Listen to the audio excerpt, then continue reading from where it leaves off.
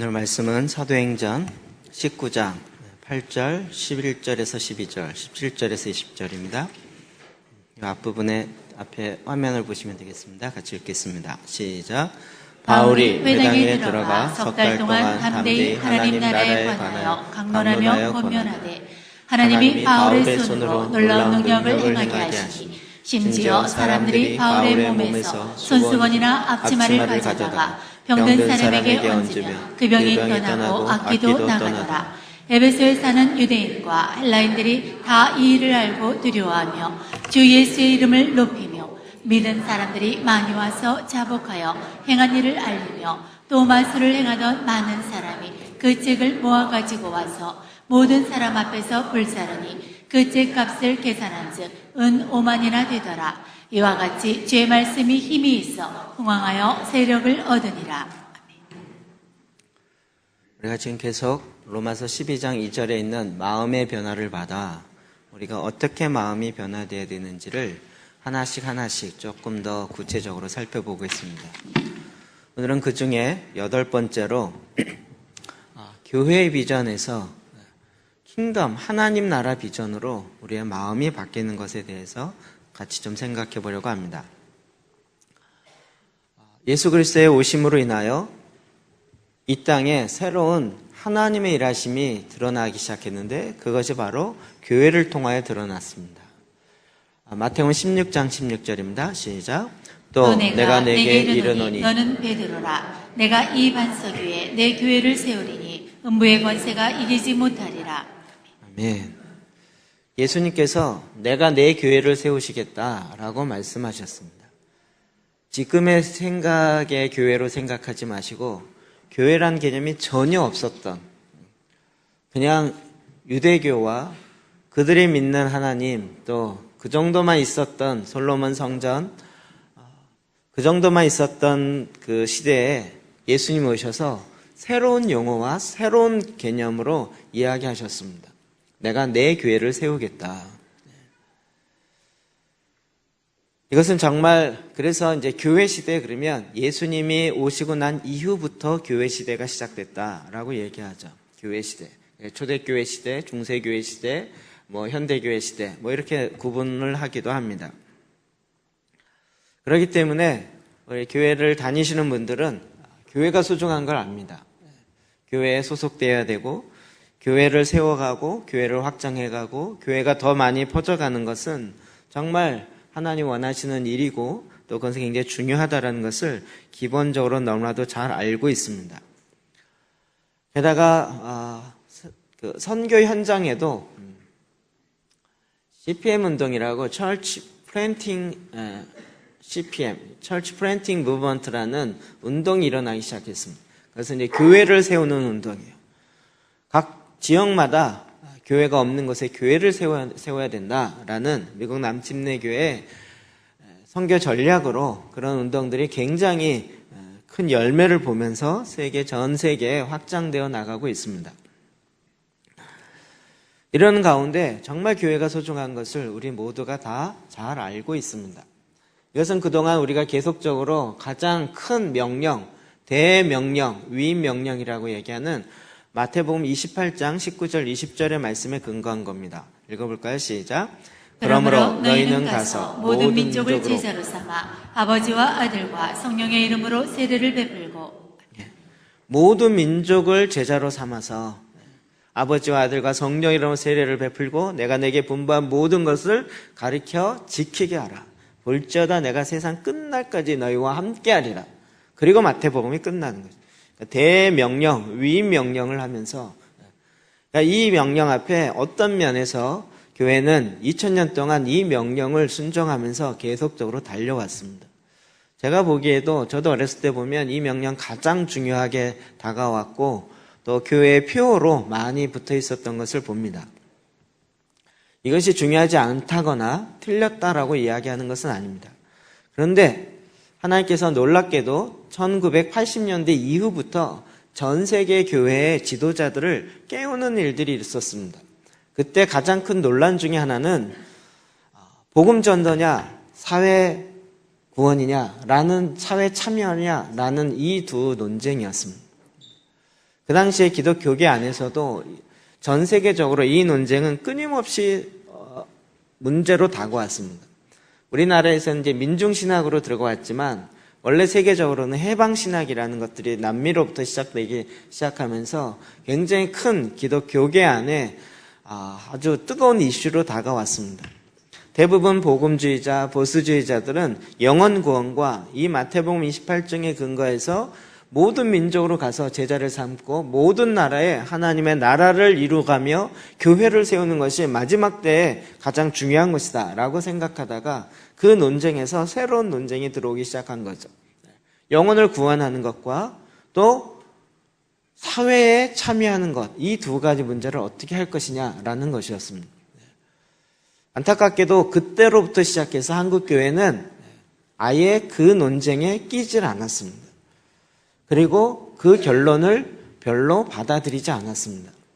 제가 기억하기는 1982년도에 필리핀 마닐라에서 로잔대회 2가 있어지면서 이걸 가지고 전 세계 지도자들이 모여서 논쟁했습니다. 영혼 구원을 할 것이냐, 사회 참여를 해야 될 것이냐.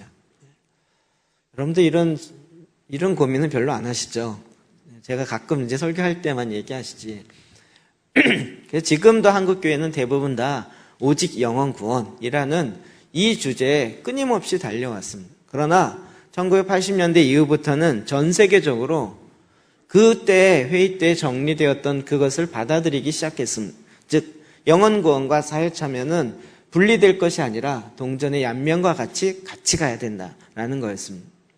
그래서 이제 사회 참여의 분야에 있어서도 어떻게 하나님의 나라가 임해야 되는지를 가야 된다는 거죠. 그러면서 우리에게 새롭게 굉장히 크게 중요한 하나님의 명령으로 다가왔던 것이 창세기 1장 28절입니다. 읽어볼까요? 시작. 하나님이 그들에게 복을 주시며 하나님이 그들에게 이르시되 생육하고 번성하여 땅에 충만하라. 땅을 정복하라. 바다의 물고기와 하늘의 새와 땅에 움직이는 모든 생물을 다스리라 하시니라. 아멘. 이것은 소위 말하는 문화명령이라는 것입니다. 땅에 충만하라. 땅을 정복하라. 땅에 움직이는 모든 생물을 다스리라. 생육하고 번성하라. 여러분이 워낙 이걸 많이 들으셔서 그런가 보다 라고 그냥 이렇게 쓱 들어왔을지 모르지만 이것이 강조되어지면서 즉 복음을 전해야 된다라는 대위임 명령뿐만 아니라 지금 우리가 살고 있는 이 땅에 하나님이 인간을 만든 원래의 목적을 또 다시 회복해야 된다라는 이 두 가지의 축이 같이 우리 안에 들어오게 된 것입니다. 이것이 전 세계적으로 굉장히 큰 반향을 일으켰고 그러면서 이제 그동안 묶여 있었던 많은 신학적으로 묶여 있었던 것들이 점차 1980년대 이후부터 풀어지기 시작했습니다. 그러면서 나왔던 이야기가 뭐냐면 예수님이 이 땅에 오셨을 때 어떻게 오셨는가? 그전에는 영혼을 구원하기 위해서 우리의 구세주가 되셨다. 우리의 구주가 되셨다라는 쪽에 더 많은 관심이 있었습니다. 그러나 성경을 보면 그럴 것만 있지 않습니다. 마태복음 2장 2절 볼까요? 시작. 유대인의 왕으로 나신 이가 어디 계시냐? 우리가 동방에서 그의 별을 보고 그에게 경배하러 왔노라 하니. 예수님이 첫 탄생하셨을 때 예수님의 그 마국간에 와서 경배했던 두 부류가 있었습니다. 첫 번째로는 목자들이었습니다. 목자들이 경배하면서 뭐라고 얘기합니까? 우리의 구주가 나셨다. 구세주가 나셨다. 즉 내 죄를 해결하시는 구세주가 나셨다. 이러면서 경배합니다. 근데 거기서 끝나지 않고 저 동쪽에서 별을 연구하는 동방 박사들이 옵니다. 그들이 와서는 계속 진짜 이스라엘에 대해서 잘 알지도 못하고 완전 다른 나라, 어떤 사람은 그 사람이 한국에서 왔다라고 신라 사람이다라고 얘기하는 뭐 이런 학설을 제기하는 사람도 있긴 한데 어쨌든 동쪽에서 천문을 별들을 관측하다가 이건 진짜 이 세계에 신기할 만한 별의 새로운 징조가 나타나서 그걸 보고 새로운 시대가 열린다. 그리고 그 새로운 시대를 열 인물이 탄생했다. 그래서 오늘같이 비행기 타고 쉽게 여행하지 않는 그 시대인데 정말 목숨을 걸고 그 왕을 찾아온 동방 박사들이 있었던 것입니다. 그들이 와서 물어봤던 것은 구세주가 아니었고 왕이 나셨다는 거예요. 유대인의 왕이 어디 계시냐라고 물었습니다. 그 당시에 그 지역을 지배하고 있었던 헤롯 왕이 깜짝 놀란 거예요. 내가 왕인데 하늘에서 보낸 하늘의 천기를 움직이는 새로운 왕이 나타났다고 깜짝 놀란 거죠. 그러나 동방 박사들은 계속 나는 그 별을 보고 그에게 경배하러 왔노라. 그 왕을 경배하기 위해서 왔다라는 거예요. 여러분, 그 동방 박사들이 잘못 알아서가 아니라 어떻게 보면 이건 전형적인 샘플을 우리에게 보여주고 있어요. 목동들은 유대인이었습니다. 유대인들은 메시아를 구세주로만 생각하는 경우가 있습니다. 그러나 동방 박사들은 이방인들이었습니다. 그들에게는 왕으로 오시는 예수 그리스도를 다시 한번 기억나게 하는 것입니다. 그래서 전 세계 역사는 예수 그리스도의 오시기 전과 오신 후 BC와 AD로 나누게 되는 거죠. 주님이 이 땅에 오셔서 첫 번째로 했던 메시지, 또 그 앞에 와서 먼저 설교했던 세례 요한의 첫 설교는 마태복음 3장 2절에 나옵니다. 시작. 회개하라 천국이 가까이 왔느니라 하였으니. 우린 천국 그러니까 좀 느낌이 어감이 좀 덜하지만 원래 의미는 회개하라 하나님의 나라가 가까이 왔다. 회개하라 하나님이 다스리시는 그의 나라가 가까웠다. 내가 죄인이기 때문에 회개해야 된다. 이런 소극적인 의미를 훨씬 뛰어넘어서 이제 만왕의 왕이 다스리는 그 나라가 가까이 왔으니 그 나라의 왕을 섬기지 아니었던 그 모든 사람들은 회개하고 다시 왕 앞에 돌아오라라는 메시지인 것입니다. 예수님도 첫 번째 설교가 바로 똑같았습니다. 마태복음 4장 14절이요. 시작. 이때부터 예수께서 비로소 전파하여 이르시되 회개하라 천국이 가까이 왔느니라 하시더라. 아멘. 세례 요한도 그렇고 구세주가 탄생하셨다 이렇게 끝나지 아니하고 회개하라 돌이켜라 새로운 나라 하나님의 나라가 가까이 왔다라고 외치는 것입니다. 이후에 마태복음에는 왕으로 오신 예수님에 대해서 굉장히 많은 부분을 이야기하고 계십니다. 마태복음 특별히 13장에 보면 하나님 나라의 비유에 대해서만 쭉 다 모아놓고 있습니다. 씨 뿌리는 자의 비유, 하나님의 나라는 겨자씨와 같고 하나님의 나라는 누룩과 같고 하나님의 나라는 밭에 감추어진 보화와 같고 하나님의 나라는 값진 진주와 같고 하나님의 나라는 그물, 여러 가지 비유를 통해서 예수님이 계속적으로 이야기했던 건 하나님의 나라가 가까이 왔다는 것입니다. 예수님이 이 땅에 오셔서 예수 믿고 천국 가라 이렇게 얘기한 것이 아니라 돌이켜서 하나님의 나라, 통치 가운데 들어가야 된다라고 외친 것입니다. 어찌 보면 정말 우리가 그동안 한쪽 분, 반쪽만을 알고 있었던 분이죠. 이제 그 나라가 거의 완성되고 있습니다. 예수님이 오셔서 이 땅에 구세주가 탄생하였으니 너희는 예수 믿고 저 죽어서 천국 가야 된다 이렇게 얘기한 것이 아니라 이제는 돌이켜서 너의 삶에 너의 주인을 바꿔서 정말 만왕의 왕이신 그 나라가 완성되어지고 있으니 그 나라로 오라는 거예요. 느낌이 너무 다르지 않습니까? 예수님, 세례 요한도 이렇게 외쳤고 예수님도 이렇게 외쳤고 그렇기 때문에 2000년이 지나 있는 지금도 더 우리가 크게 외쳐야 할 부분입니다. 회개하라! 천국이 하나님의 나라가 이미 시작되었습니다. 그의 나라는 완전하고 그의 나라는 공의로 다스려지는 하나님의 나라가 이미 시작되었고 그 마지막의 끝이 완성을 향하여 달려가고 있다고 성경은 계속 얘기하고 있습니다. 근데 어느 날 우리 안에 이 하나님의 나라에 대해서 잘못 생각하고 있는 사탄의 전략이 자꾸 먹혔던 거죠. 그러나 성경을 우리 다시 돌아가서 말씀에서 뭐라고 이야기하는가 보자는 거죠. 누가복음 10장 9절이요. 시작. 거기 있는 병자들을 고치고 또 말하기를 하나님의 나라가 너희에게 가까이 왔다 하라. 아멘. 병든 자를 고쳤습니다. 지난주 얘기한 것처럼 성령의 나타나심을 통하여 병든 자가 고쳐졌어요.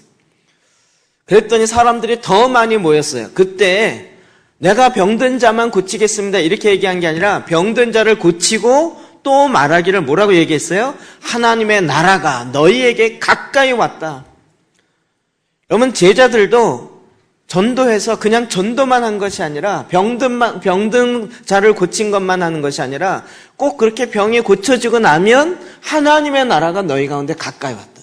왜 너희가 병이 고쳐졌는지 아느냐? 이 병의 질병의 모든 요인이 죄악 가운데 있는데 이 죄악의 문제를 해결하시는 예수 그리스도가 오셔서 이제 그 죄 문제를 해결할 뿐만 아니라 하나님의 통치가, 하나님의 다스림이 이루어지는데 이 다스림은 그 병이 고쳐지고 하나님의 빛 가운데, 진리 가운데 하나님이 원하셨던 그 나라가 온전히 이루어지는 것을 말하고 있는 것입니다.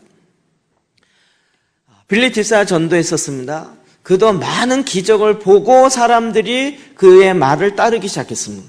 네, 그가 전도했던 그 내용을 또 봅시다. 8장 12절이요. 시작. 빌립이 하나님 나라와 민 예수 그리스도의 이름에 관하여 전도함을 그들이 믿고 남녀가 다 세례를 받으니. 예수 그리스도의 이름에 관해서만 얘기한 것이 아니라 그 전에 뭘 전했어요? 하나님의 나라와 예수 그리스도. 하나님의 나라와 예수 그리스도. 예수 그리스도의 이름에 관하여 전도함을 듣고 남녀가 다 세례를 받게 되었습니다. 그러니까 빌립 집사도 전도할 때 뭘 전했어요? 하나님의 나라가 적은. 그냥 죽어서 가는 하나님의 나라를 전하는 것, 그런 개념이 아니란 거죠. 너무 실제적이에요. 그러니까 그들이 다 내가 예수 믿고 세례 받아서 이제 천국 가는 티켓을 따놓겠습니다 이런 개념이 아니었다고요. 하나님의 나라에 들어가는, 예수 그리스도와 연합하여 하나 되어지는, 그리고 그 하나가 있기 전에 내가 그리스도와 함께 십자가 못 박혀 죽고 그리스도와 함께 사는 그 의미의 세례를 통해서 하나님 나라에 들어가는 줄 알고 그들이 세례를 받았다고요. 사도 바울이 마지막 사도행전 28장에 마지막까지 했던 내용이 뭡니까? 28장 31절 시작. 하나님의 나라를 전파하며 주 예수 그리스도에 관한 모든 것을 담대하게 거침없이 가르치더라. 계속 하나님의 나라를 전파했어요. 하나님의 나라를 전파했어요. 예수 그리스도에 관한 모든 것을 담대히 거침없이 가르쳤어요. 그럼 이 하나님 나라의 첫 시작이 바로 예수 그리스도로 완성되어집니다. 그러니까 하나님의 나라를 이야기할 때 그 나라의 왕이 누구냐? 여기 나올 수밖에 없죠.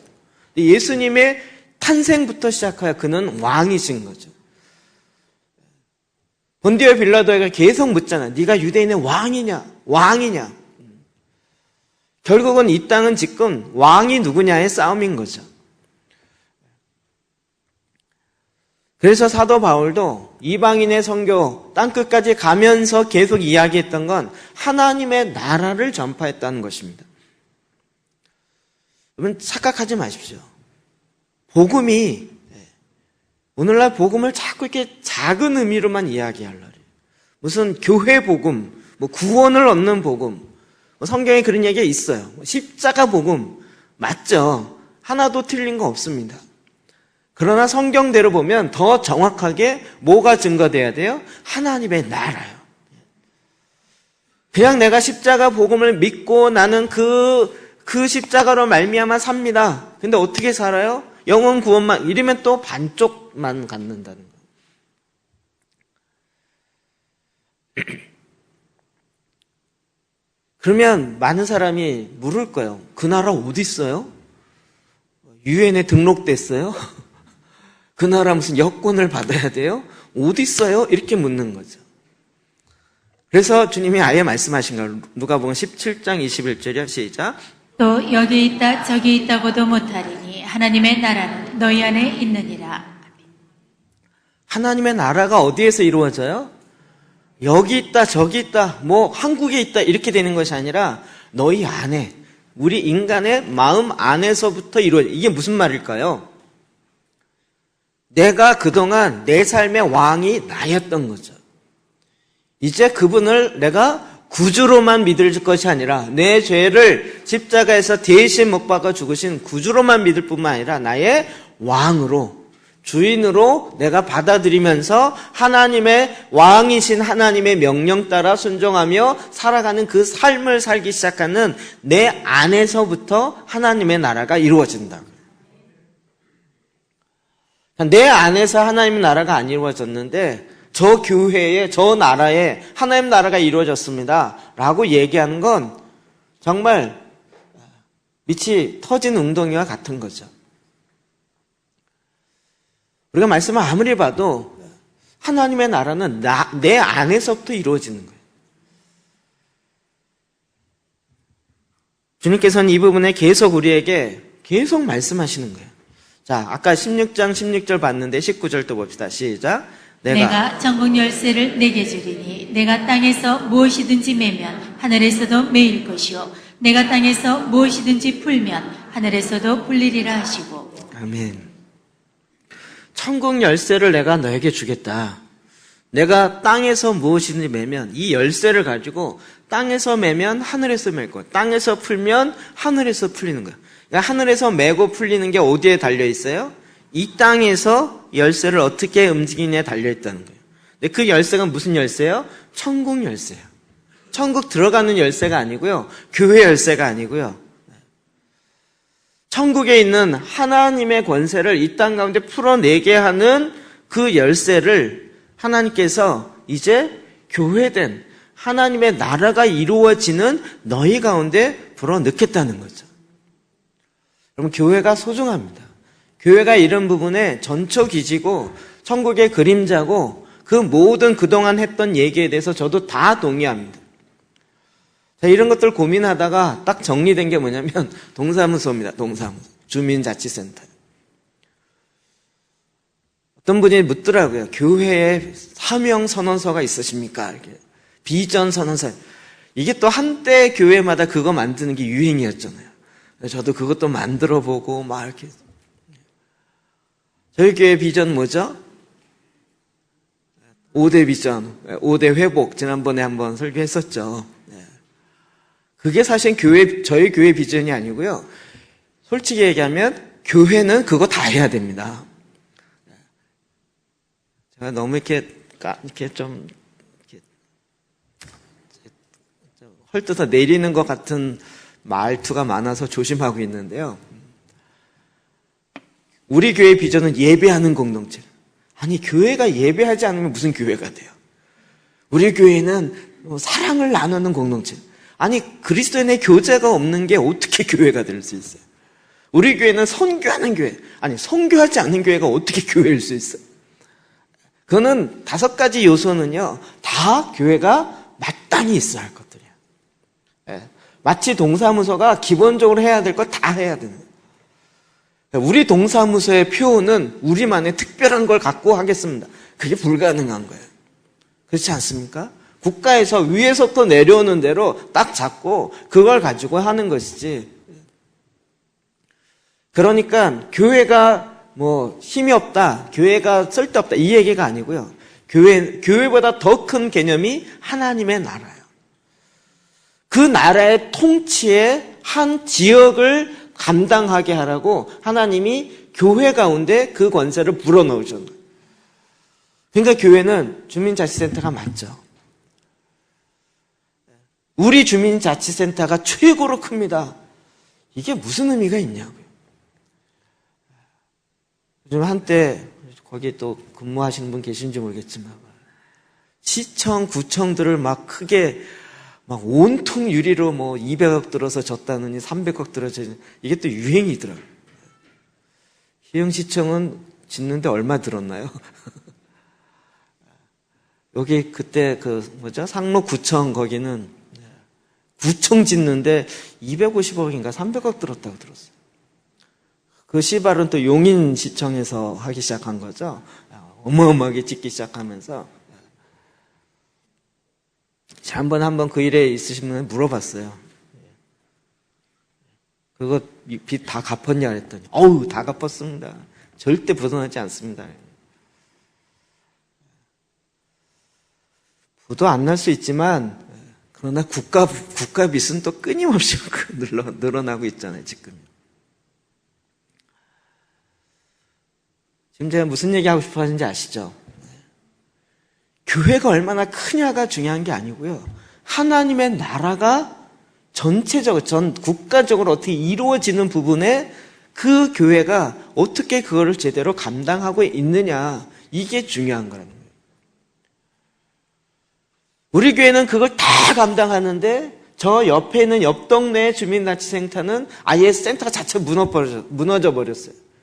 그러면 그게 우리 동네만 잘 살고 우리 동네만 좋으면 괜찮냐, 이럴 수 없다는 거예요. 왜요? 같은 한 나라이기 때문에.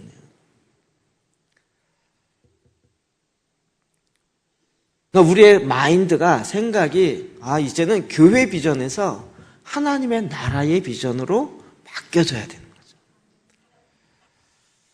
그래서 주님은 우리에게 계속 얘기하신 거예요. 마태복음 6장 33절이요. 시작. 그런즉 너희는 먼저 그의 나라와 그의 의를 구하라. 그리하면 이 모든 것을 너희에게 더하시리라. 그러면 하나님의 나라가 우리 눈에 보이게 임하는 것이 아니니까 내가 하나님 나라를 먼저 구합니다 이랬더니 이것도 또 개인적 차원에서, 1단계적인 차원에서 내 안에 임하는 하나님의 나라만 구해요. 이렇게 되면 또 이것이 개인 구원에 머무르는 거죠. 그런데 하나님 나라가 거기만 임하는 것이 아니라 이제는 우리가 살고 있는 동네에도, 지역에도, 또 내가 다니는 직장에도, 거기도 모든 것을 다스려야 되잖아요. 이제는 하나님이 주시는 새로운 하나님의 이 마인드를 갖고 그 영역 안에서도 직장에서도 어떻게 여기에 하나님 나라가 임하게 해야 할 것인가. 우리는 그 하나님 나라가 임하게 하기 위해서 이 땅에 보냄받은 자인데, 그러니 그 고민을 해야 되는 거죠. 우리 가정에서 어떻게 하나님의 통치가, 왕이신 주님이 우리 가정의 주인이 되어서 실질적으로 그것이 일어나게 할 것인가 라는 것을 우리가 고민하고 노력해야 되는 거죠. 이게 되려면 또 뭐가 돼야 돼요? 국가가 돼야 되는 거죠.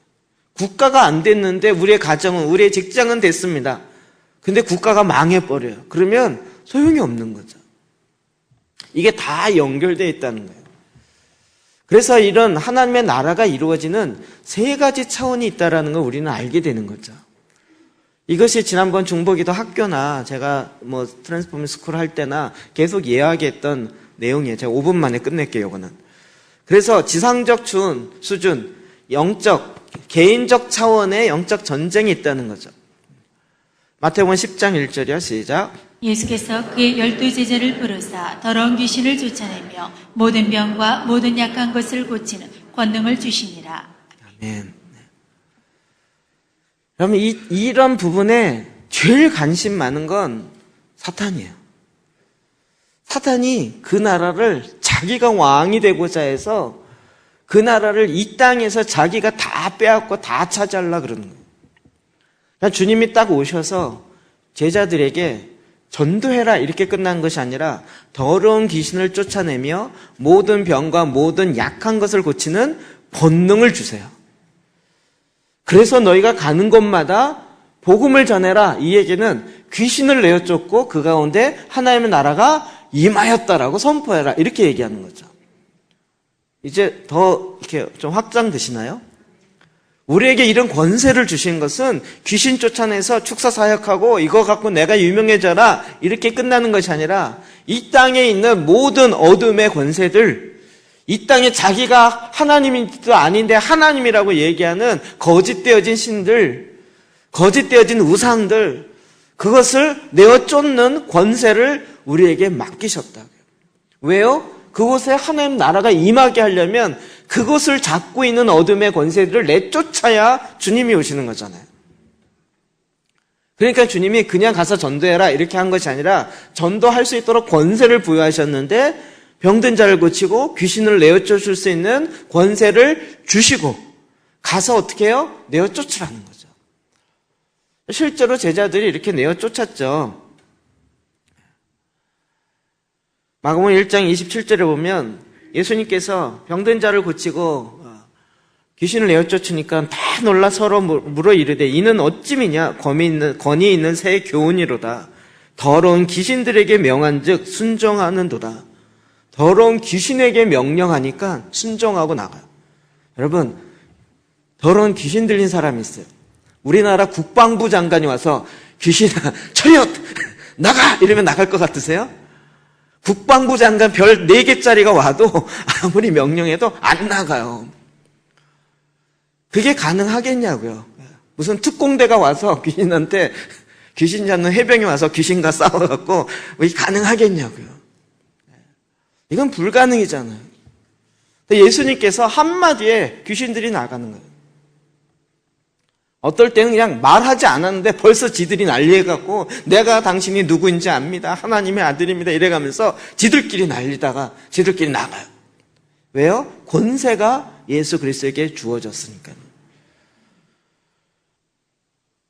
제자들에게 계속 주님이 이 이야기를 하셨던 거죠. 그럼 이게 동시적으로 3가지 차원이 다 일어났던 지역이 에베소입니다. 우리가 본문을 오늘 택했던 거예요. 사도 바울이 두란노 서원에서 2년 3개월 동안 하나님의 나라에 대해서 계속 이야기했어요. 하나님의 나라가 어떻게 이루어지는지. 그러니까 이 에베소에 있는 사람들이 이 하나님의 나라의 복음을 듣기 시작하면서 와, 정말 그렇구나. 그런데 그것이 개인적 수준의 차원에서 영적 전쟁이 이제 막 퍼지기 시작하는 거예요. 하나님이 그 권세를 주어지니까 그 권세를 받은 사람이 심지어 사람들이 바울의 몸에서 수건이나 앞치마, 사도 바울이 다 다닐 여력이 안 돼요. 그러니까 사도 바울의 몸에 있는 수건이나 앞치마를 가져다가 병든 사람에게 얹으면 그 병이 나가고 병만 고쳐질 뿐만 아니라 모두 나가요? 귀신도 나가는 거예요. 왜요? 그 권세가 임하니까요. 사람들이 엄청 놀랄 수밖에 없죠. 그리고 나서 에베소 지역에 어떤 일이 일어납니까? 거기에 점치는 것 때문에 돈으로 먹고 살았던 그 사람의 귀신을 내어쫓으니까 이 돈 버는 것 때문에 그 주인이 와갖고 소동을 일으키기 시작하는 거죠. 그리고 그 에베소에는 그것이 아예 문화였고 그것이 경제활동의 핵심이었던 거예요. 근데 그 사람들이 자기가 잘못인 줄 알고 돌이키기 시작한 거예요. 자기의 개인의 죄악을 회개했을 뿐만 아니라 자기가 갖고 있던 직업, 자기가 갖고 있던 직장이 주로 마술하고 주로 이런 우상 만들어 팔고 이런 거였는데 이게 다 진짜 하나님이 원하지 않았던 것이었구나라는 걸 알고 돌이키기 시작했어요. 그러면서 문화 명령에 대변화가 일어나기 시작한 거예요. 사도행전 19장 19절이요. 시작. 또 마술을 행하던 많은 사람이 그 책을 모아가지고 와서 모든 사람 앞에서 불사르니 그 책값을 계산한 즉 은 5만이나 되더라. 마술하던 사람이 그 책을 갖다 태웠다 이 얘기는 뭘까요? 직업을 바꾼 거예요. 내가 이거 갖고 먹고 살 일이 아니구나. 먹고 사는 게 중요한 게 아니고 우리의 왕이 오시는데 이 왕이 원하신 거 보니까 왕의 뜻과는 내가 정반대로 살고 있었구나. 그래서 자기의 삶을 확 바꿔버린 거예요. 회개하고. 그래서 이제는 그 지역 자체의 경제가 바뀌기 시작하는 거예요. 이것이 주술적 차원의 영적 전쟁 혹은 문화적 차원의 영적 전쟁이라고 두 번째 차원을 이야기하는 거예요. 거기서 끝나지 않습니다. 그랬더니 이제 그 에베소의 가장 지금도 세계 7대 불가사의 문화 유적 중에 하나 아데미 여신을 섬기는 신전, 가장 큰 신전이에요. 그 신전에서 그 신을 섬기는 걸 통해서 먹고 사는 자들이 역사를 일으키기 시작하는 거예요. 그래서 사람들을 모아놓고 에베소 그 돌로 이렇게 광야 이렇게 깎아갖고 이렇게 원형 경기장처럼 돼 있잖아요. 반원형. 거기에 사람들 모아놓고 사람들로 알고 외치게 하는 거예요. 위대하다 아데미 여신이여. 28절입니다. 시작. 그들이 이 말을 듣고 분노가 가득하여 외쳐 이르되 그다 에베소 사람의 아데미여 하니. 제가 영적 원리를 몰랐을 때는 그냥 외쳤구나 싶었는데 이걸 몇 시간 동안 했어요? 2시간 동안. 크다. 에베소의 사람의 아데미요. 아데미 여신이거든요. 이걸 2시간 동안 했어요. 찬양도 이렇게 하면 파워풀하지 않아요? 크신 하나님을 찬양합시다. 이걸 2시간 동안 다른 말 붙이지 말고 이것만 2시간 동안 계속. 그럼 이게 주술도요, 다 하나님 찬양하는 거를 다 본따서 했기 때문에 아예 그 지역을 잡고 있었던, 지역의 권세를 잡고 있었던 아데미 여신의 뒤에서 작동하는 사단의 역사인 거죠. 여러분, 에베소는 나중에 어떻게 됩니까? 에베소서가 나오죠. 그리고 그 이후에 200년 동안 초대교회의 2번째 근거지가 되어집니다. 이 영적 전쟁에서 아데미 여신을 이기게 되어지는 사도 바울의 영향으로 그곳에 하나님의 나라가 임하겠죠. 그래서 사람들이 벌써 경제가 바뀌었어요. 삶의 수준이 달라지기 시작하는 거예요. 그러니까 이 에베소 지역이 초대교회의 예루살렘 다음으로 핵심적인 역할을, 이방 선교의 핵심적인 역할을 하게 되어지는 지역으로 감당하게 되는 거죠. 왜요? 그 지역 자체가 깨끗해졌잖아요. 그럼 이 3가지 차원의 영적 전쟁이 있다는 거 이해하십니까? 여러분, 이 지역이 바뀌지 않은 상태에서 거기서 아무리 일을 해보려고 해도 한계가 있다는 거 이제 아시겠죠? 지역이 안 바뀌어 있으면 내가 아무리 거기서 나는 거룩하게 살 거야, 나는 깨끗하게 살 거야, 이게 불가능한 거예요. 이걸 지난번에 정리하면서 이렇게 하나로 정리했었습니다. 지상적 차원, 개인적 차원은 축사하거나 개인 안에 역사하는 악한 영을 내어 쫓는 거예요. 하나님의 나라가 임한다라는 것의 또 다른 얘기는 악한 영이 내어 쫓고 그것에 하나님의 나라가 임해야 되는 거예요. 그래서 사도 바울이 수건만 어져도 병든 자가 고쳐지고 귀신이 나가는 개인적 차원, 지상적 차원의 영적 전쟁이 했다라고요. 거기서 또 끝난 것이 아니라 그 영향으로 이제는 문화적 차원, 주술적 차원까지도 바뀌기 시작해요. 그럼 지금 이 시대에 무슨 주술적 뭐가 있습니까? 천만에요. 여러분, 자동차 새로 나올 때 자동차 이름 대부분 뭔지 아세요? 그리스 로마 신화에 나오는 운동화, 나이키가 뭔지 아세요? 다 신들의 이름이라는 거 아세요? 애니메이션, 게임, 요즘 게임 산업이 몇 조죠? 대부분 그 게임이 뭘 흉내낸 거예요? 다 신들의 전쟁이고 신들의 싸움이죠. 지금 이 시대에 무슨 그건가? 아니요. 이 시대도 그때랑 지금이랑 별로 주술적 차원에 달라지지가 않아요. 오늘날은 뉴에이지요. 왜 다원주의 사상이 이렇게 판을 치냐고요. 뉴에이지 사상이에요. 기독교만 구원이 있다고 얘기하지 말아라. 모든 종교에 다 구원이 있지 않냐. 이 생각이 이게 인권에서 나오는 게 아니고요. 다원주의 사상에서 나오는 거예요. 모든 신은 여러 신이 있다는 거예요. 인도에 2천만 개가 넘는 신이 있다 그러는 거예요. 일본에 800만 개가 넘는 신이 있고요. 여전히 그거 있어요. 아니, 그렇게 싫어하는데도 일본의 군국주의 총리가 딱 되면 꼭 가서 절하잖아요. 신사 앞에 가서 절하죠. 그거 왜 하겠냐고요. 그럼 이것이 지금 이 시대에도 이 전쟁 가운데 있는 거죠. 그럼 이 전쟁이 지난번에 우리가 지금 오후 예배 때 이걸 계속 풀어내고 있는 건데, 개인적 차원에서 죄악들, 그러니까 우리가 지금 이 땅에 하나님 나라가 임하게 하려면 하나님 나라 임하십시오 이렇게 갖고 되는 게 아니라 죄 문제를 해결해야 하나님 나라가 임할 수 있다고요.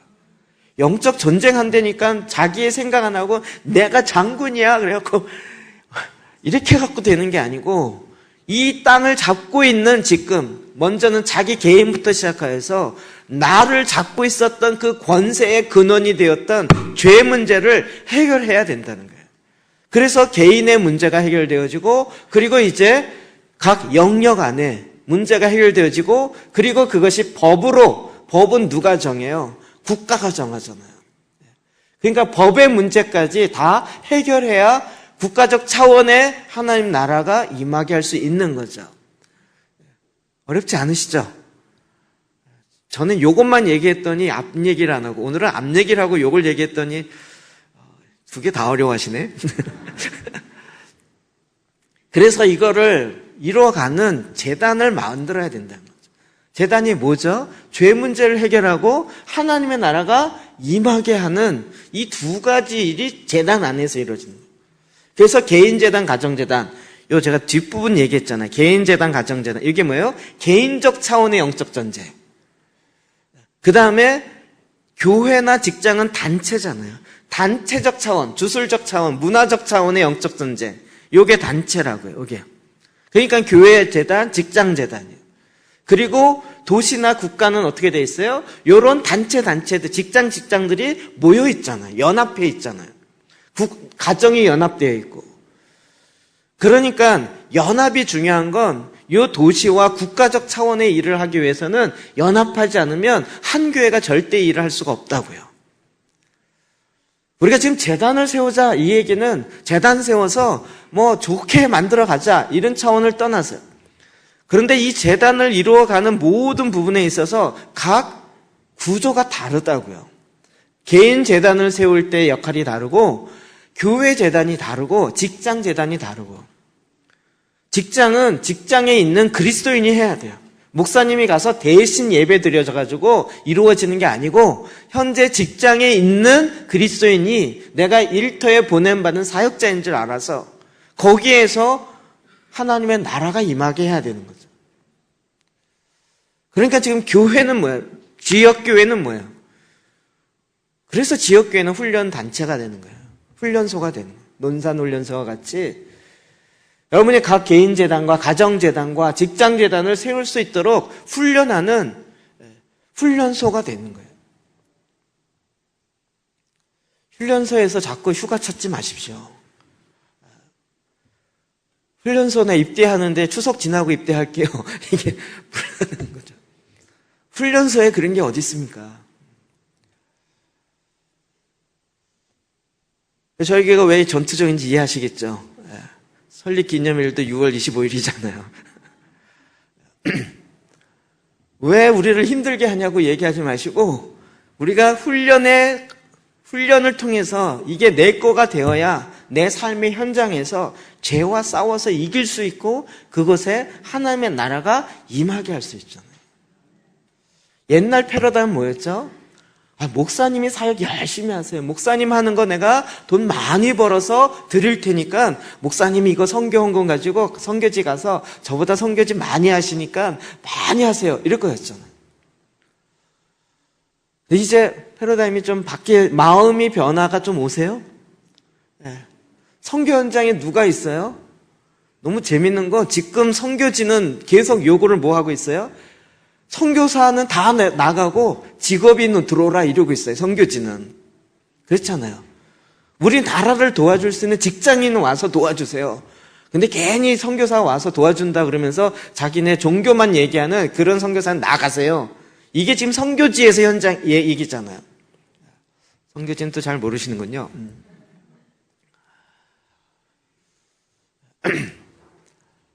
지금 모든 선교지는 다 직장인을 원해요. 전문직을 갖고 있는 사람이 와서 그 분야에 우리나라 이걸 도와주세요. 이걸 원한다고요. 제가 진짜 마음에 통곡했던 건 몽골 사람들이요. 몽골리아? 몽골이라는 용어 자체가 우리나라가 중국을 떼놈이라고 부르는 것처럼 그런 개념이더라고요. 원래 이제 몽골리아 이렇게 불러야 제대로 된 개념이더라고요. 그분들이요. 늘 약 먹고 사는데 야채가 별로 없어요. 그래갖고요 40만 돼도 우리나라 60대 보여요. 서로 만나면 이렇게 나이 알아맞히기 하면 너무 재밌어요. 그 사람들은 우리나라 사람 나이 구분 잘 못해요. 거기 가서 여러분 가면요 다 왜 이렇게 어려 보이냐 그래요. 여러분 나이 제가 막 50 넘었습니다. 다 기절해요. 한 30대 보인대요. 그건 워낙 이 자외선도 강하고 야채를 안 먹었고요. 그래갖고 선교사가 이야기해가지고 그 몽골리아에 있는 농산부 장관이 얘기가 됐어요. 그래서 우리 몽골리아 모든 백성에게 야채를 먹여야 되겠구나. 그래서 도와주십시오라고 했단 말이에요. 선교사님 도와주십시오. 그래서 예, 도와주겠습니다 라고 했는데 비닐하우스를 칠 줄 아는 선교사가 한국에 한 명도 없었어요. 비닐하우스를 쳐야 그 추운 데에도 야채가 자랄 수 있게 할 거잖아요. 그래서 비닐하우스 칠 수 있는 사람 그렇게 찾았는데 선교사 중에 비닐하우스 칠 줄 아는 사람 아무도 없는 거예요. 근데 비닐하우스 칠 줄 아는 사람을 찾으니까 대부분 우리나라의 농부 출신인데 내가 몽골리아 왜 가요? 그러면서 안 가는 거예요.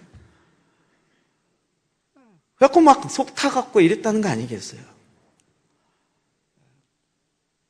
나중에 제가 듣기로는 이제 김진호 목사님 그쪽에서 그쪽에 계신 분이 주로 이제 집단으로 그걸 하셨잖아요. 그분들이 가서 도와줬다 이렇게 들었어요. 이런 거라고요. 지금 시대 자체가 여러분이 갖고 있는 직업을 요청한다. 전문직을 요청한다.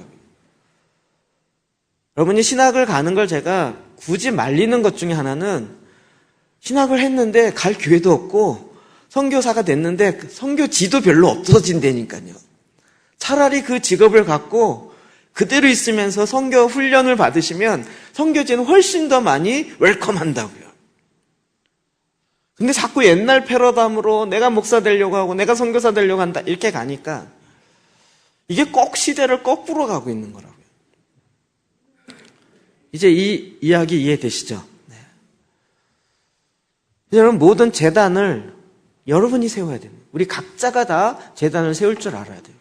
그래서 이 제단을 세우는 과정을, 프로세스를 이렇게 얘기한 거죠. 개인 제단과 가정 제단을 세워서 그 위에 교회 제단을 세워가야 됩니다. 순서적, 논리적 순서는 이렇습니다. 이렇게 세워갈 때 어떤 데는 지역 제단, 직장 제단이 세워가고 그 위에 직장 재단과 교회 재단이 순서상으로는 뭐 어떤 게 먼저 되더라도 이렇게 이루어지고 그 위에 드디어 도시 재단과 국가 재단이 세워진다고요. 이 과정 이해되시나요? 그리고 이제는 나라까지도 연결해 가야 된다라고 말씀드린 거죠. 그럼 이 일에 있어서 하나님이 말씀하신 건 뭐냐면 여러분 이거를요. 누가복음 10장 24절 봅시다. 시작. 많은 선지자와 임금이 너희가 보는 바를 보고자 하였으되 보지 못하였으며 너희가 듣는 바를 듣고자 하였으되 듣지 못하였느니라. 귀신이 내어 쫓겨가고 병든 자가 고쳐지며 이런 것들을 많은 선지자들이 하나님 나라가 실제 임하는 것을 보기 원했어요. 근데 못 봐요. 못 봤어요. 메시아가 오는 걸 진짜 보고 싶었어요. 메시아가 오셔서 그로 말미암아 새로 이루어지는 하나님의 나라, 그리고 그 나라가 이루어지는 것의 전초기지인 교회, 이런 것들 진짜 보고 싶었어요. 그런데 감춰졌던 비밀이었어요. 그래서 제가 자신 있게 얘기하는 게 여러분이 예레미야보다 훨씬 나은 사람들이라니까요. 이사야보다 나은 사람들이라니까요. 왜 안 믿으세요? 선지자들은 그런 걸 정말 보고자 싶어서 막 예언했을 뿐이지, 하나의 말씀이 임하여서 예언했을 뿐이지 그게 어떻게 이루어지는지를 못 보고 죽었어요. 근데 저와 여러분은 이미 다 말씀을 통해 알게 됐잖아요.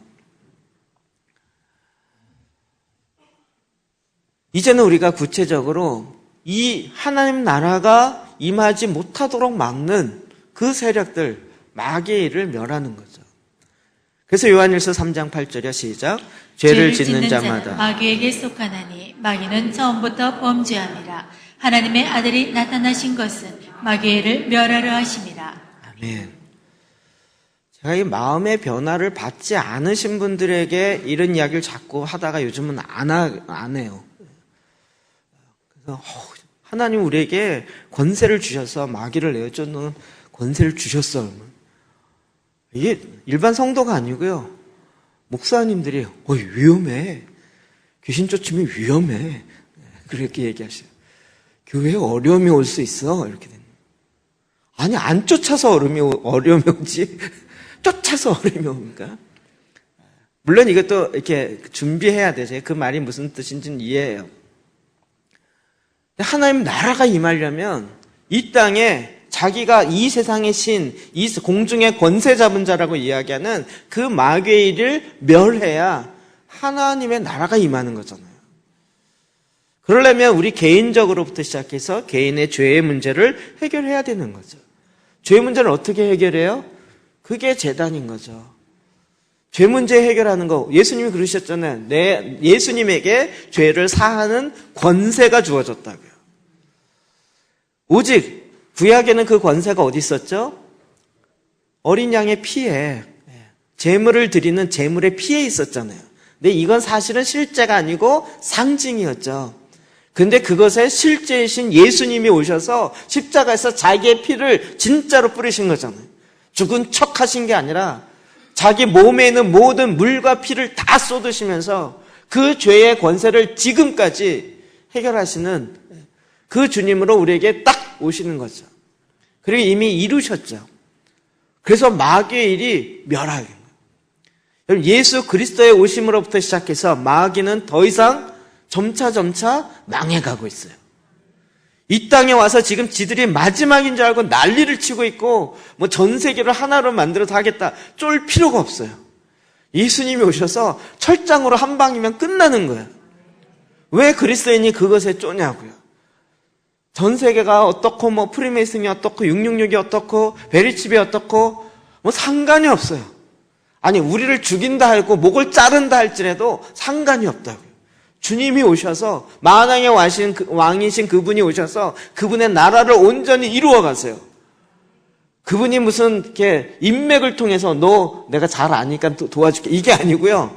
그분의 공의와 정의로 하나님의 나라를 온전히 이루세요. 그래서 마귀를 멸하는 거예요. 그리고 우리에게 마귀를 멸할 수 있는 권세를 우리에게도 주셨다고요. 마태복음 11장 12절이요. 시작. 세례 요한의 때부터 지금까지 천국은 침노를 당하나니 침노하는 자는 빼앗느니라. 아멘. 그럼 이것에 대해서 유대인들도 잘 이해를 못했어요. 세례 요한의 때부터 지금까지 천국은 침노. 이게 가나안 땅과 똑같아요. 하나님이 언약의 땅으로 주었어요. 그래서 이스라엘 백성이 출애굽하면서 어디를 가요? 가나안 땅을 가요. 왜요? 하나님이 주겠다고 약속한 땅이기 때문에. 근데 가나안 땅이 비어있나요? 비어있지 않고 가나안의 7 족속들이 딱 차지하고 있어요. 그런데 그건 누구 땅이에요? 하나님이 우리에게 준 언약의 땅이란 말이에요. 그 땅을 가서 내 땅입니다라고 빼앗아서 차지하는 자가 그 땅을 차지하는 거라고요. 우리는 하나님 나라가 하늘에서 뚝 떨어진다고 자꾸 생각해요. 그렇게 임하지 않아요. 하나님 나라 임할 쥐하다 그러면 쩐 이러고 마음의 평화가 쫙 오고 걱정이 싹 사라지고 이렇게 되지 않는다고. 왜요? 내 마음의 주권을 사탄에게 죄악 가운데 내주었잖아요. 이 문제를 해결하지 않고는 하나님 나라가 내 마음에 임하기가 어렵단 말이에요. 이제는 그것을 우리가 싸워서 내 것으로 차지해야 된단 말이에요. 그러니까 가나안 땅을 어떻게 정복했는지를 우리가 보면 알 수 있는 거예요. 여리고성 돌면서 야 여리고성 우리 거야 너 내놔 이렇게 됐냐고요. 걔네들도 안 주려고 딱 작정하고 있어요. 이게 언제 니네 땅이냐 안 된다 이러면서 딱 나름대로 속은 막 벌벌 떨고 있지만 나름대로 살려고 빠덕빠덕 우기고 있단 말이에요. 근데 그것이 사람의 힘, 세상의 힘으로는 이길 수가 없어요. 세상의 지혜로는 걔네들이 더 지혜롭다니까요. 이게 제가 교회 다녀보면서 알겠어요. 교회 안 다니는 청년들이 더 똑똑할 때가 많아요. 교회 다니는 청년들 너무 믿음이 좋아서 그런지 잘 머리를 안 쓰려고 그래요. 노력을 안 하려고 그러고 하나님이 도와주시겠지 그리고 맨날 자. 게으른 자요. 여러분 이 세상을 깨울 수 있는 여러분 그렇게 이 세상의 젊은이들을 따라잡을 수 있는 그 지혜와 총명으로 있지 않고는요 내가 자고 있는데 하나님 도와주시겠지 불가능이라고요. 불가능이라고요. 그래서 예수님께서 이제 제자들뿐만 아니라 70인들에게 전도하라 그러면서 뭐라고 하셨어요? 17절 시작. 70인이 기뻐하여 돌아와 이르되 주여 주의 이름이면 귀신들도 우리에게 항복하더이다. 와, 귀신들이 예수 70인이 둘씩 짝져갖고 동네에 나가서 전도했는데 너무 신내서 돌아왔어. 예수 이름에 귀신 딱 그랬더니 훅 나가. 막 거품 물고 이런 사람이 막 예수의 이름으로 하더니 확 고쳐져. 병든 자가 고쳐지고 귀신이 나가고. 이게 진짜 신나거든요. 이게 진짜 신나니까 이것만 하고 싶을 때가 많아요. 귀신이 막 쫙 얘기하면 막 빠바박 기고 막. 귀신 갖고 장난하는 사람 많다니까요. 빨간색 갖고 이거 십자가야. 너 십자가로 널 지지는 거야. 딱 되면 귀신이 또 맞춰져. 으아! 뜨거 이래갖고. 장난하고 있네. 이게 재밌어요. 그러다 보니까 맨 그것만 하려고 그래. 귀신들이 내 말에 예수 그리스도의 이름으로 도망가더라고요. 주님 뭐라 그러셨어요? 예수께서 이르시되 사단이 하늘로부터 번개같이 떨어지는 것을 내가 보았노라. 왜요? 그 권세가 이 땅에서 매니까 하늘에서 매갖고 그게 뚝 떨어졌다는 걸 봤다는 거예요. 그리고 19절 내가 너희에게 뱀과 정갈을 밟으며 원수의 모든 능력을 제어할 권능을 주었으니 너희를 해칠 자가 결코 없으리라. 원수의 모든 능력을 제어할 수 있는 권능을 70인에게 주었어요. 그들이 처음이니까 이게 너무 신나갖고 막 싸웠다 보니까 너무 신났던 거예요. 그러나 귀신들이 너에게 항복하는 것으로 기뻐하지 말고 권세가 너희 가운데 있다는 것으로 기뻐하지 말고 너희 이름이 하늘에 기록된 것으로 기뻐하라. 생명책에 내 이름 기록되면 지워지지 않잖아요. 전 성경 보면 볼수록 지워지는 것 같아요. 계시록에도 보면 내가 너희를 생명책에서 지우리라 이런 이 협박이 있잖아요. 이 공갈 협박일까요? 보니까 진짜 내 이름이 한번 기록되면 그 기록된 그 이름은 영원토록 안 지워진다는 거예요. 그래서 이 땅에 마음대로 살아요. 죄악 가운데 살아요. 구원 받을 수 있을까요? 가능하리라고 보세요? 그게 구원파죠. 그게 구원파잖아요. 한 번 구원받으면 영원토록 받고 이 땅에 난 죄 안 짓는 자가 된다. 이게 구원파잖아요. 이게 한국 교회 안에 구원파의 구원교리와 정말 말씀으로 말미암은 구원의 이 역사를 잘 이해를 못 하시는 것 같아요. 우리가 이 땅에서 해야 할 일이 무엇입니까? 자, 마태복음 12장 28절이요. 시작. 그러나 내가 하나님의 성령을 힘입어 귀신을 쫓아내는 것이면 하나님의 나라가 이미 너희에게 임하였느니라. 아멘. 성령을 힘입어서 귀신을 내어 쫓아요. 이러면 벌써 하나님 나라가 너희 가운데 임하였어요. 하나님의 말씀으로 우리가 그것을 알기 시작하는 거예요. 이해되시죠? 우리가 지금 죄 문제를 갖고 개인의 죄 문제를 갖고 지금 계속 씨름하면서 이번에는 가정재단의 문제를 갖고 계속 기도했잖아요. 그것이 죄악으로 말미암아 들어오기 시작한 걸 아는 거예요. 3대, 4대째 내려오는 것들이 있는 거예요. 내가 왜 지금 내 정서가 이런지 몰랐는데 보니까 이게 외할아버지로부터 내려오고 외할머니로부터 내려오고 그게 쭉 공통적으로 내려온다는 걸 보는 거죠. 그래서 우리가 그것을 이제는 성령을 힘입어서 그 모든 저주를 끊어요. 주님 앞에 다시 말씀으로 돌이켜요. 이러면서 하나님의 나라가 이미 너희에게 임하였다고요. 그러니까 하나님 나라가 임하는 싸움의 핵심은 무엇이에요? 죄악의 권세를 내어 쫓고 그럴 때 하나님의 나라가 임하는 거죠. 우리가 이것을 하면 할수록 한 것만큼 내 땅으로 차지한다고요. 이 땅에서요. 그래서 우리 구약으로 다시 돌아가면 여호수아가 마지막에 이스라엘 백성들을 향해서 했던 이야기가 이겁니다. 18장 3절이요. 시작. 여호수아가 이스라엘 자손에게 이르되 너희가 너희 조상의 하나님 여호와께서 너희에게 주신 땅을 점령하러 가기를 어느 때까지 지체하겠느냐.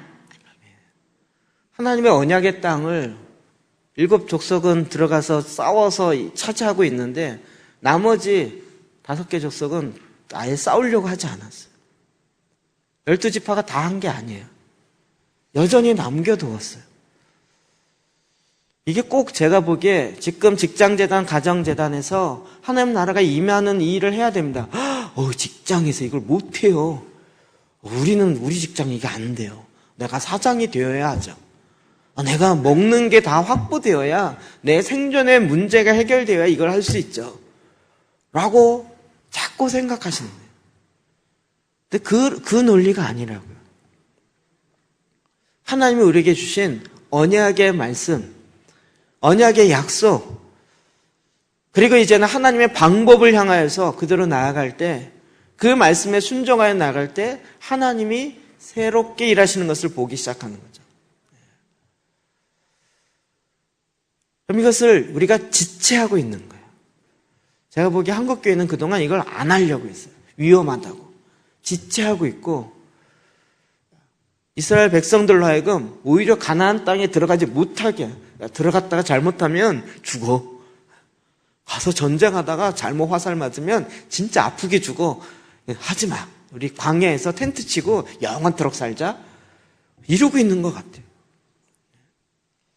언제까지 하나님의 언약의 그 땅, 하나님의 그 기업의 영광의 풍성함이 무엇인지를 알 수 있도록 우리의 마음의 눈이 열려야 되잖아요. 하나님이 나를 이 땅에 보내셔서 나에게 허락하신 그 기업의 영광이 어떠함을 우리가 알아야 되잖아요. 그것을 향하여 담대하게 믿음으로 하나님의 말씀에 인도함 받으며 나아가는 거죠. 언제까지 지체하겠냐고요. 내가 훈련 더 받고요. 아니요, 이제 됐어요. 개인재단과 가정재단이 세워지면서 그 다음부터는 바로 가기 시작합니다. 완전히가 아니고요. 시작하면서 거의 동시다발적으로 나아가기 시작해야 되는 거예요. 언제까지 지체하겠냐고요. 청년들 언제까지 지금 멍하게 있겠냐고요. 새벽기도 재단 하자니까 별명 안 들어와요. 아니 그렇게 잠 많이 자갖고는요 헬조선밖에 안 돼요. 이 나라를 거꾸로 바꾸자고요. 이 나라가 살기 싫으니 도망갑세 이러지 말고 이 나라 지금은 얼마나 살기 좋은데요. 근데 거기서 끝나지 말고 오히려 더 나아갈 수 있도록 새벽을 깨우자고요. 나를 찾아주는 직장이 없어요. 이게 아니고요. 아니 이스라엘처럼 벤처하려면 이스라엘로 오세요라고 하는 것처럼 벤처하려면 한국으로 오세요라고 하는 그런 나라로 만들면 되잖아요. 왜 우리나라는 안 돼요, 안 돼요, 안 돼요만 얘기하냐고요. 안 되는 쪽으로 나라의 법을 만들어 가니까 안 되죠. 그러면 법을 되는 쪽으로 만들어 가면 될 거잖아요. 그 법을 만들자고요. 그 법 만들기 위해서 법조계에 들어가고 검사, 판사가 돼갖고 좋은 직장에 가겠다 이 얘기가 아니고요. 가서 피 터지게 싸워야죠. 불의의 법을 법으로 만들려고 하는 그런 것과 싸워야죠. 그러려면 새벽을 깨우고 이 세상의 사람들보다 더 하나님 앞에 지혜와 계시형으로 나갈 수 있어야죠. 하나님 지금 이 일에 저와 여러분을 훈련하고 있었고 이제 이미 벌써 이 일에 저와 여러분을 지체하지 않고 나가라고 이야기하신 거죠. 하나님의 나라는 침노하여 세우는 것입니다. 하나님 나라 그냥 말로만 임할지어다라고 되는 것이 아니라 말의 선포로부터 시작하여 말이 바뀌고 행동이 바뀌고 삶이 바뀌고 습관이 바뀌어서 이제는 하나님 나라가 내 삶에 구체화되어지는 이 일을 저와 여러분이 감당하는 것이죠. 그러니 그냥 교회 일만 열심히 하면 된다가 아니라 내 삶의 가정과 직장의 현장에 구체적으로 하나님 나라가 임하게 하기 위해서 우리가 기도하고 하나님께 구하고 하나님의 뜻을 향하여서 달려가야 되는 거죠. 우리가 마음의 변화를 받아서 정말 하나님 원하시는 대로 난 그냥 교회 생활 주일날 한 번만 교회 갔다 오면 내 모든 신앙생활은 끝이야. 죽어 있는 겁니다. 우리 일주일에 한 번 밥 먹고 건강하게 살 방법이 없습니다. 매일같이 하루에 3끼 하나님부터 주는 양식을 먹지 않고는 승리하는 그리스도인으로 이기는 교회로 살아갈 수가 없습니다. 나는 지는 교회 해도 괜찮다. 나는 죽어 있어도 괜찮다. 라고 한다면 그렇게 하십시오. 그러나 내가 예수님이 나에게 명령하시는 대로 이기는 자에게 내가 이와 같은 상급을 줄 것이고 이기는 자에게 내가 너와 함께 하겠다라는 그 말씀을 믿는다면 여러분 이 싸움에 같이 들어가십시다. 그리고 정말 주님 하나님 나라가 이 땅에 임하는 그 실제를 내가 보겠습니다. 그냥 추상적으로 보는 것이 아니라 내 가정에, 내 직장 가운데, 내 삶의 현장 가운데 하나님의 통치가, 나라가 임하였다라고 내가 구체적으로 내 입술로 선포하겠습니다. 병든 자를 고치고 내가 기뻐하고 귀신이 나가는 것으로 내가 즐거워하는 것이 아니라 그리고 나서 하나님의 나라가 너희 가운데 가까이 왔느니라 라고 외치는 자가 되겠습니다. 그래서 모든 자들로 하여금 하나님 나라 가운데 들어오게 하는 이 하나님의 나라의 증인으로 서겠습니다. 주님 저와 여러분을 그렇게 가길 원하십니다. 이 시간 주님